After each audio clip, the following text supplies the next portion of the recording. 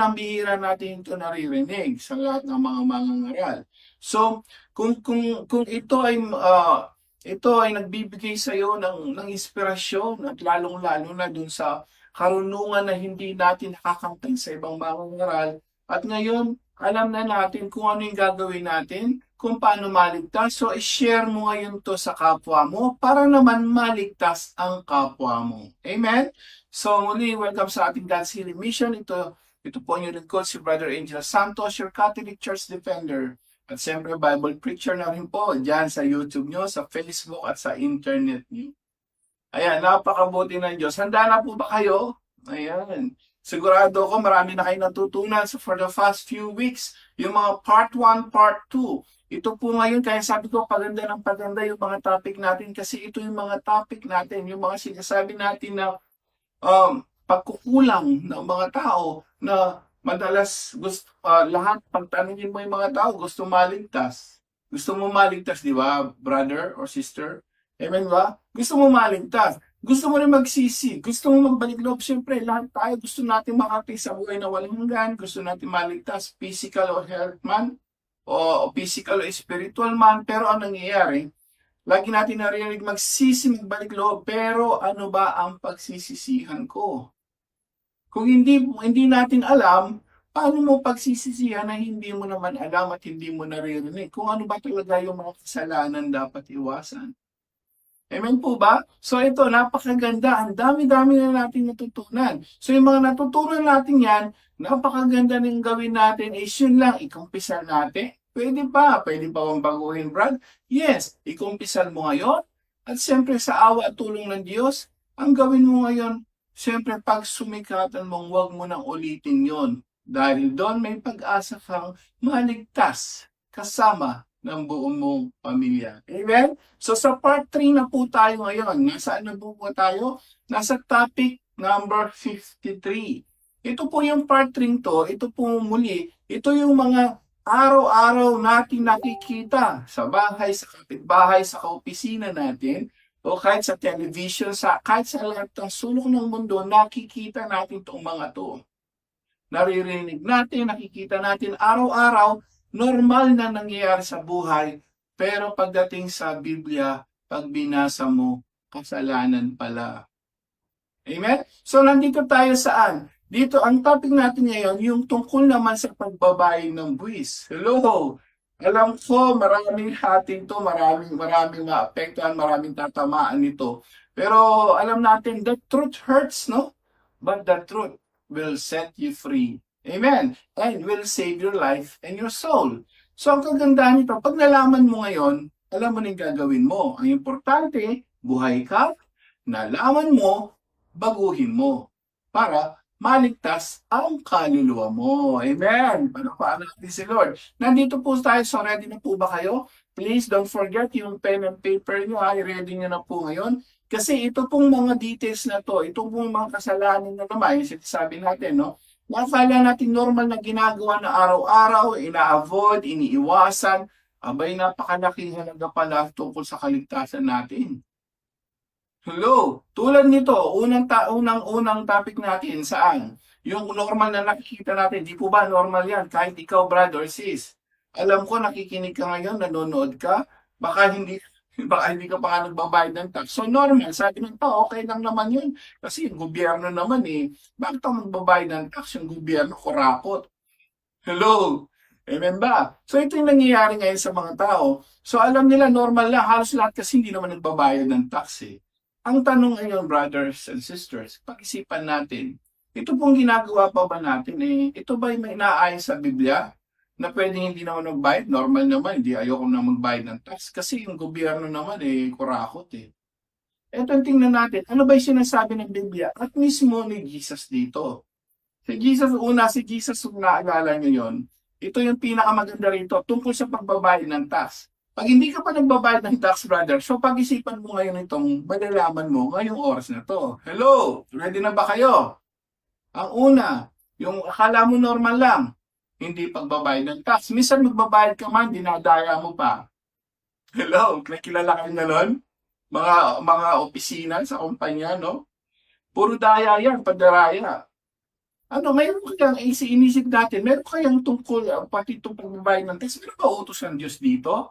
Tingnan natin sa Mateo chapter 22, verse 17 to 21. Tingnan natin. Ito po, isi-shortcut ko lang, ito yung pagbabayad ng buwis. Kung naalala nyo, di ba yung sinabihan ng mga eskriba si Jesus? Si Jesus mismo nagsabi rito ko na, ito lahat po na tayo rito na nakarinig na nito at nakarelate na nito. Ano sabi? Tinanong siya eh. Sabi rito, umalis ang mga Pariseo at pinag-usapan kung paano nila masisilo si Jesus sa kanyang pananalita. Ito po yan mga Pariseo, tinanong si Jesus. Ano sabi rito? Ibaba natin. So ito po ay 15 to 21. Sabi rito, eksakto rito, sabi niya, Guro, nalalaman namin kayo tapat at tinuturo ninyo ang buong katotohanan, ang ibig ng Diyos na gawin ng mga tao. Wala kayong pinangingilinan sapagkat pareho ang pagtingin ninyo sa tao. Kaya sinusubukan si Jesus. Ano po ang palagay ninyo? Naayon ba sa kautusan na bumuwis sa Cesar o hindi? Tinanong, ayan po, word for word, buwis. Naayon ba magbayad ng buwis kay Cesar? Si Cesar po, alam natin yan. Sila po hindi hanggang ngayon, nung araw na yun, nung panahon na yun, hindi sila naniniwala kay Jesus. So, tinatanong sila. So, ngayon, dahil nga siya ay anak ng Diyos at kikita niya ngayon, kailangan ba dito sa tao sa mundo? Ano sabi ni Jesus? Malinaw po. Uulitin ko yung tanong. Sabi rito, naayon ba sa kautusan ng bumuwis sa Cesar o hindi? Sabi ni dito, ngunit patid ni Jesus ang kanilang masamang layon. Kaya sinabi niya, kayong mapag-imbabaw, bakit ibig niyo akong siluhin? Kinasalaping pambuwis at siya binigyan nila ng 1 denaryo. Kaninong larawan at pangalan ang nakaukit dito? Tanong ni Jesus. Sa Cesar po, tugon nila. At sinabi niya sa kanila, word for word, sabi ni Jesus, kung gayon, ibigay ninyo sa Cesar ang kay Cesar at sa Diyos ang sa Diyos. Namangha sila ng marinig ito at sila'y umalis ang salita ng Diyos. Salamat sa Diyos. Palakpakan po natin sa Lord. Ayan. Alam natin to, sabi ni Jesus. So, ito nga yung problema. Brad, di ba lagi natin sinasabi, baka yan lang naman eh. Mayroon pa bang iba na utos, ha? Ito po, word for word. Utos na dapat magbayad ng buwis? Another verse tayo, chapter, may sinabi ba yung si San Pablo? Tingnan natin kung mayroon pang ibang kautusan tungkol sa pagbabayad ng buwis. Sabi ko nga, please i-share mo to kapatid. Napakaganda. Sabi ko nga, yung never heard nyo ng ng mga aral ng Biblia, dito malalaman nyo. At ang kagandahan dito, kada nilalaman nyo yung mga utos ng Diyos, ayan, nasisid kayo kasi naiiwasan natin. Roma chapter 13. Tingnan natin, meron pa ba, maliban dito, sikat na to pagbabayad ng buwis. Meron pa ba sinabing word for word naman, pagbabayad ng buwis? Roma chapter 13, verse 1 to 7. Isa-shortcut ko lang. Yung verse 1 ng Roman 13, ang ganda, sabi rito. Sabi rito, ni San Pablo, ang bawat tao ay pasakop sa mga pinuno ng pamahalaan. Pasakop daw sa pamahalaan. So, ibig sabihin dito, masama man o mabuti ang presidente mo, ang mga politika mo, ang mga nandiyan namumuno sa bayan nyo, pasakop daw tayo, brothers and sisters. Pasakop. Sabi ni Jesus, ibigay mo pa sa pamahalaan. Bakit? Kasi sila'y niluklok, sabi rito, ang ganda rito sinabi, sapagkat walang pamamahalang hindi mula sa Diyos. At ang mga pamamahalang umiiral ay tinatag ng Diyos. Verse 1. So, paano yung masama? Ang importante, brother, yung sinasabi ng Biblia. Sumunod ka. Ano ba sinasabi ngayon ni San Pablo? Ibaba natin sa 7. Ano sabi rito? Ibigay ninyo sa bawat isa ang nararapat sa kanya. Magbayad kayo ng buwis. Word for word na naman po, kapatid. Hello. Magbayad kayo ng buwis sa kinauukulan. Gumalang sa nararapat igalang at parangalan ang dapat parangalan ang salita ng Diyos. Salamat sa Diyos. Palakpakan natin si Lord. Ayan, napakalinaw, kapatid. Magbayad daw tayo ng buwis. Maraming mga tao, kala normal lang yan, hindi na kailangan magbayad ng fees, normal lang, lahat ng tao ginagawa yan.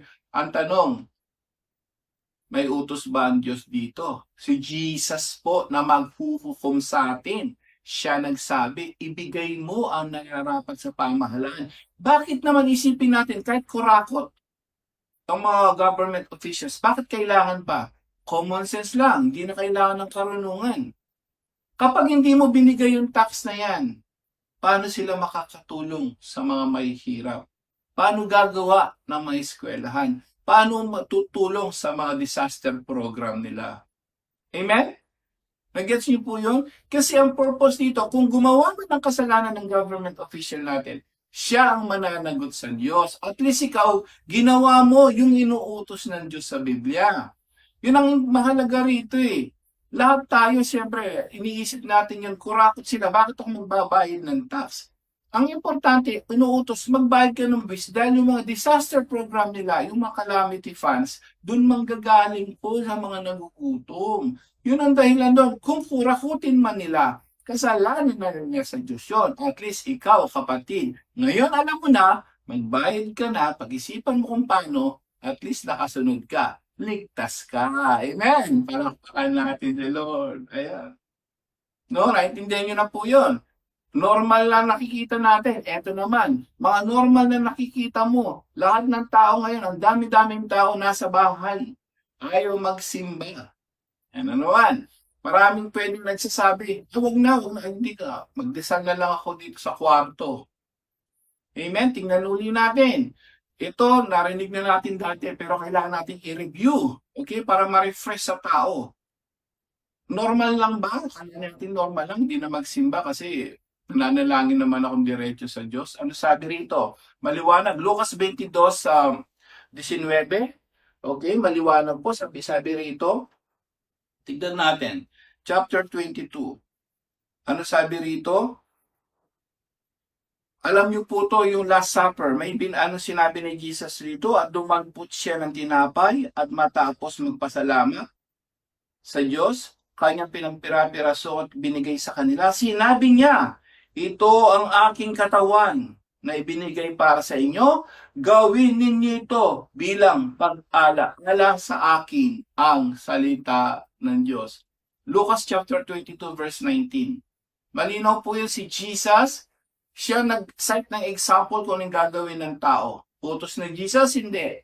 Utos. Ang sabi niya, gawin niyo ito. Saan nagaganap ngayon ito? Hello? Saan? Sa simbahan. Inuutos. Ang problema nito, pag hindi mo kinain ang katawan ni Kristo doon sa tinapay, may mangyayari? Meron. John 6:51. Tingnan natin sa aklat ng Juan. Ano sabi rito? Ayan, tingnan natin sa Juan 6. Napakaganda rito.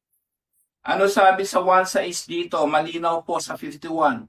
Pag hindi mo kinain ng tinapay sa simbahan, yung misa. Ang misa po is, ang tawag sa atin sa inang simbahan sa Katoliko is breaking the bread.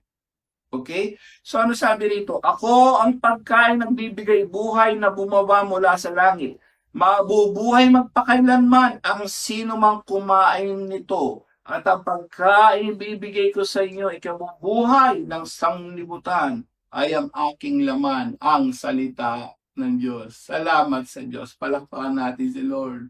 Ibigay niyo po yung mga talata niyan. Ang daming pa yan. Tapos, ang habilin niya ni Jesus, ang sina Apostol Pedro at San Pablo po, sila po'y sumunod. Sabi po ng ibang sekta, ayan, hindi na daw kailangan. Ayan, word for word, utos ng Diyos.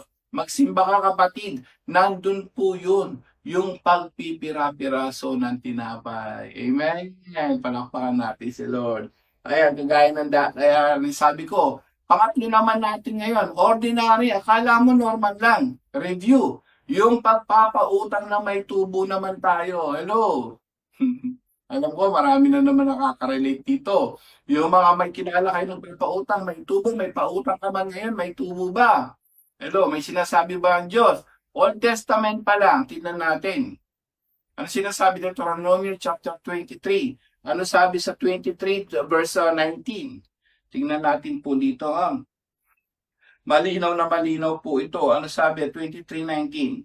Ang Diyos mismo nagsabi, sabi rito, huwag kayong magpapahiram ng may tubo sa inyong kapwa, maging salapi, pagkain, o anumang maaring pagtubuan. Ang salita ng Diyos. Old Testament pa lang yan, brother. Bawal pang magpahiram ka ng may tubo. Di po ako nagsasabi yan, kagaya na sabi ko. Lahat po to ayon sa Biblia. Tandaan po natin yung mga utos na to, ito po'y kinasihan ng Diyos. At ito ang ikaliligtas natin. Amen? Palapakan natin si Lord. Ito na yung maganda rito. Sa New Testament, Brad, may binanggit? Yes. Sa San Juan Bautista mismo na nagbautismo kay Jesus nagsabi, tingnan natin, naku, magugulat kayo rito. Lucas chapter 3, verse 12 to 13. Uulitin ko, Lucas chapter 3, verse 12 to 13. Napakalinaw na sinabi mismo ni San Juan. Nung siya ay nagbabautismo na, tinanong siya, ano sabi? Sabi rito sa 12, dumating din ang mga publikano upang pabautismo at itinanong sila sa kanya. Tanong po yung mga nagpapabautismo, Guro, ano po ang dapat namin gawin? Sumagot siya. Ayan, pakinggan niyo po to word for word. Si San Juan Bautista po mismo nagsabi huwag kayong sumingil ng higit sa dapat singilin. Ang salita ng Diyos. Salamat ng Diyos sa Diyos. Parang malat ni Lord. Ayan. Makinig ang may pangdinig. Malinaw po. Huwag kayong sumingil sa dapat singilin. Huwag magpapatubo daw. Hindi po ako nagsabi yan ang Biblia. Salamat na naman natin ngayon. Mababago natin ang buhay natin. Amen ba? Ayan. So the good news is lagi sinasabi, may good news lagi. Nalaman mo, baguhin natin, may pag-asa pa tayo maligtas. Amen? Nalakpahan natin si Lord. Ayan. Ano pa ba? Mga normal. Ayan, kala natin, normal yun, no? Pautang lang naman ako na magpatubo. Normal. Pero sabi ng Biblia, dapat huwag magpapatubo. Ayan na. Ano pa? Ayan, yung mga sinatawag natin naman, ulitin natin ito, review natin. Pamahiin, lucky charm, feng shui, ayan, yung bawal magwalis sa paggabi. Nawawala ang swerte. Hello. Naalala yun yung mga ganyan na pamahiin. Diba? Talagang dami niyan, mga pamahiin, wag mo pagka may kinakasal, bawal i-try yung pangkasal ng babae sa lalaki, bawal, hindi matutuloy ang kasal. Pamahiin, lucky charm, feng shui, ayan, mayroon ba sa Biblia yan? Deuteronomio chapter, natin to Biblia po tayo, hindi po ako nag-uusga ayon sa Biblia. Deuteronomio chapter 18, verse 10 to 12. Ang tingnan niyo po yung dating Biblia. Napakaganda rito. I-check niyo yung dating Biblia, word for word siya pamahiin. Ito po i-review lang natin, mga kapatid, brothers and sisters. Sabi ko, i-share mo to sa mga kapatid natin na mga Katoliko na alam natin. May mga Buddha pa dyan, may mga pusa sila. Lucky charm, feng shui, kung ano-ano pa. Basa, Deuteronomio chapter 23, malinaw to, or chapter 18, verse 10 to 12. Malinaw na malinaw, dating Biblia. Ang Diyos ang nagsabi rito, huwag makakasumpong sa inyo ng sino mang nagpaparaan sa apoy ng kanyang mga anak, manghuhula, o nagmamasid ng mga pamahiin. Ang salita ng Diyos. Salamat sa Diyos. Bakit daw? Sapagkat sino mang gumagawa ng mga bagay na ito ay karumal-dumal sa Diyos. Ang salita ng Diyos. Masama o hindi? Masama po. Kasi mahal tayo ng Diyos, iniiwas niya tayo dito sa mga kasalanan na yan kasi gusto nga tayong maligtas. Kasi kung ano nung ginagawa ng mga tao, may Diyos na sila, may mga feng shui pa. Hello! May Diyos na naglikha ng lahat ng bagay dito sa mundo. Bakit kailangan mo pa pamahiin? Amen. Review lang po ito yung dati nating topic Nire-review ko lang po, iniisa-isa natin. Ito yung mga akala ng iba normal. Lalo na yung naka-miss din sa video, baka hindi nila alam. Ayan, malinaw po.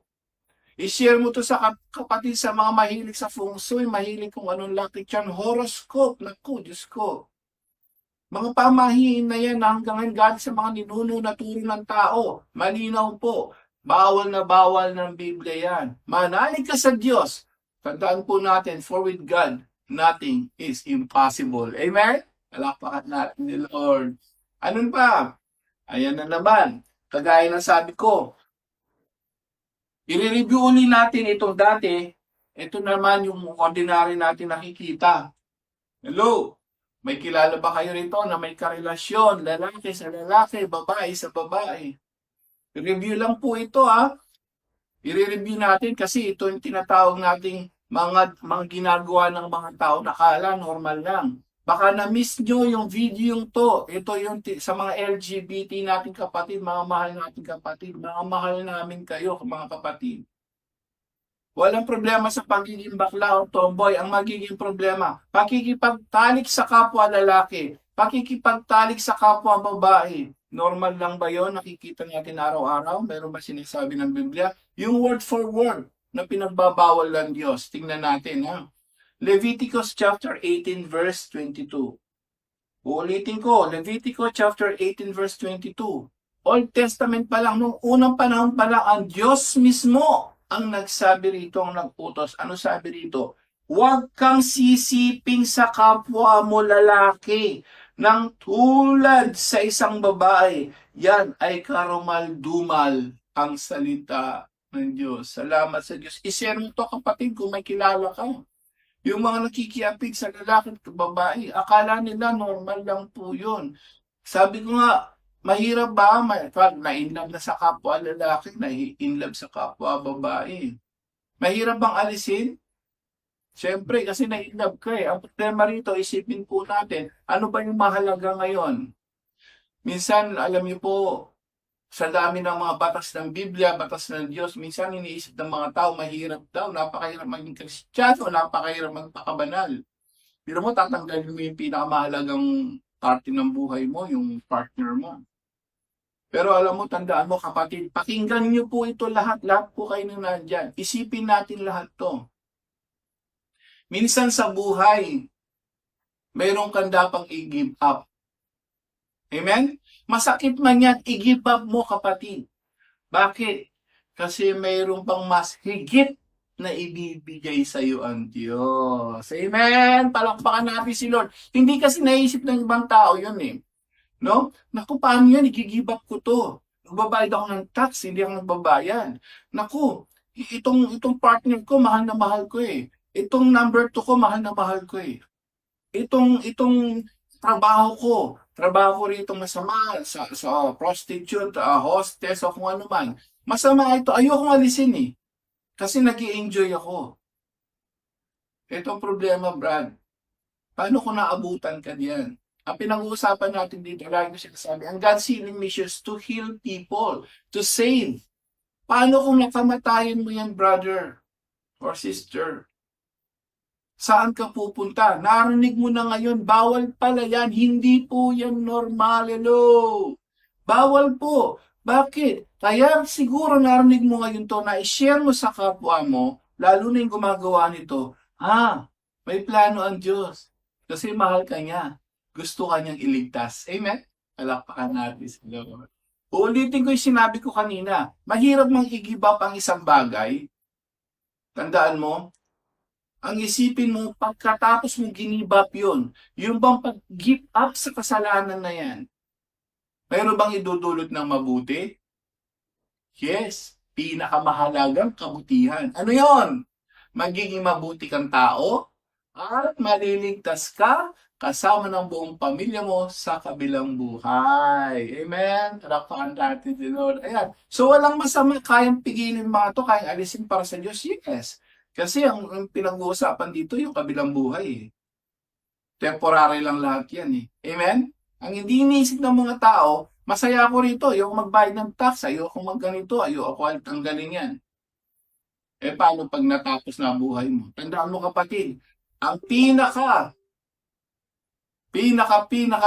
sabi ko nga na hindi maiwasan ng tao, iwasan mo na lahat, pero hindi mo maiiwasan. Isang bagay na hindi mo maiiwasan pagdating ng kamatayan mo. Amen? Kaya mo bang iwasan ang kamatayan? No, mandami na mamatay, biglaan pa. At ang kagandahan naman dito, brothers, the good news is, brothers and sisters, itong mga akala mong normal, na ituro na natin ngayon sa atin. Sa pamamagitan ng vlog na to, nalaman mo. Ang kagandahan nito, may pag-asa. Tanggalin mo lang, with God's help, maliligtas ang kaluluwa natin. Kasi yun ang purpose natin. Amen? Paglalasing. Yan ha. Yung ordinary, mga sinasabi paglalasing. Word for word na naman, yung mga nakamiss sa mga video natin. Ang dami natin nakikita sa bahay, kapitbahay, opisina. Lasenggo, lasenggo, lasing-lasing. Galatians chapter, malinaw yun. Galatians chapter 5 verse 19 to 20. Ayan ha. Ito po yung mga karaniwang nakikita natin. Ano sabi rito? Hindi magkakaila ang mga gawa ng laman. Pangangalunya, karimari-maring na pamumuhay, kakalayan, pagsamba sa Diyos-Diyosan, pagkukulang, pagkapuot, pagkagalit, paninibugho, kasakiman, pagkababahagi, ang dami po, no? Pagkakampi-kampi, pagkaingit, paglalasing. Ayan, paglalasing po walang taros na pagsasaya, yung mga talaga nag-i-enjoy, masaya-masaya daw, lagi. At iba pang tulad nito, binabalaan ko kayo, sabi ni San Pablo, tulad nung una, hindi tatanggapin sa kaharian ng Diyos ang gumagawa ng gayong mga bagay, ang salita ng Diyos. Naku, ayan. Mahalaga bang malaman o hindi? Alam mo, paglalasing lang. Pag dire-diretso yan at nakamatayan pala natin, wala kang bahagi sa kaharian ng Diyos. So, hindi ka maliligtas, kapatid. Akala mo magpaglalasing lang, akala mo galit lang yan. Normal ba yan? Akala mo normal, pero tingnan mo ngayon, nalaman natin. And the good news is, nalaman mo ngayon. Amen? So may chance. Buhay ka pa, may pag-asa ka. May pag-asa ka muling maligtas. Ayan. Ang panghuli natin, araw-araw natin nakikita to. Hanggang kamatayan, hindi ako magpapatawad. Amen. May kilala po ba kayong ganyan? Baka sa bahay mo, brother, sister, marami kang kaaway, hindi mo pa pinatatawad. Ayan, yung mga nakamiss sa mga iba nating topic, magandang i-review natin to. At yung mga, sabi nga, ito napakagandang i-memorize yun o pag-aralin yung mga talata po. Kasi yun ang basihan mo Para hindi nila sabihin na nag-uusga ka. Ang ginagawa ng mga tao pag sinabihan mo, kung wala kang Bible verse na binibigay, akala hinuhusgahan mo. Pero kung meron kang Bible verse na binabasa sa kanila, tulad ng ginagawa ko, hindi ka pwede magalit. Bakit? Kasi hindi ko sinasabi ang sa pansarili ko. Sinasabi ko ang utos ng Diyos na nasa Biblia. Amen. Hindi pagpapatawad, ang dami niyan, nakamatayan. Hindi sila ayaw magpatawad kahit magpantay man ng pako, sabi nila. Naku, nakakatakot yan, kapatid. Mateo chapter 6 verse 14 to 15. Malinaw na malinaw po to, si Jesus ang nagsabi sa mga ayaw magpatawad kung may kagalit ka, brothers and sisters.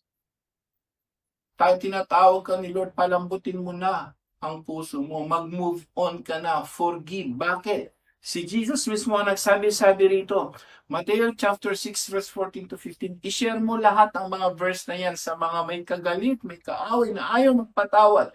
Jesus said, sapagkat kung pinatawad ninyo ang mga nagkakasala sa inyo, patatawarin din kayo ng inyong amang nasa langit. Ngunit, kung hindi ninyo pinatatawad ang mga nagkakasala sa inyo, hindi rin kayo patatawarin ng iyong ama. Ang salita ng Diyos. Salamat sa Diyos. Palakpan po natin si Lord. Ayan, no? Napakalinaw po, Kapag hindi ka nagpatawad sa mga kagalit mo, sa mga kaaway mo, hindi ka tatawarin ng ama. Huwag ka nang umasang patawarin ka pa ng ama. Napakahalaga nito. Salain natin to ng mga lahat ng ito from 1 to part 1, part 2, part 3. Akala natin lahat ng mga ito normal yan. Napansin nyo, nasa Biblia, kasalanan o hindi? Kasalanan pala, brother. Pero the good news is, lagi ko sinasabi, laging may good news. The good news is, siyempre, yung salita ng Diyos ay good news. Amen? Ang salita ng Diyos ay good news, and the good news is, mahal ka ng Diyos. Narinig mo ngayon yan. Akala natin normal lang, kasalanan pala. Narinig natin ngayon.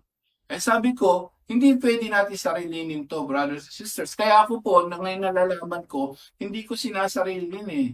Hindi ko pwedeng sasarilinin ko lang lahat ang malalaman ko. Kasi kailangan i-share ko ang kaligtasan dahil gusto ko maligtas ang maraming tao. Amen? So, ang gusto ko maligtas, i-share mo to. Kasi ito po ay, sabi ko nga, hindi lang naman physical eh. Spiritual na kagalingan din to. Kagaya mamaya po, may healing tayo. So, tandaan mo kapatid, ang vlog na to is healing.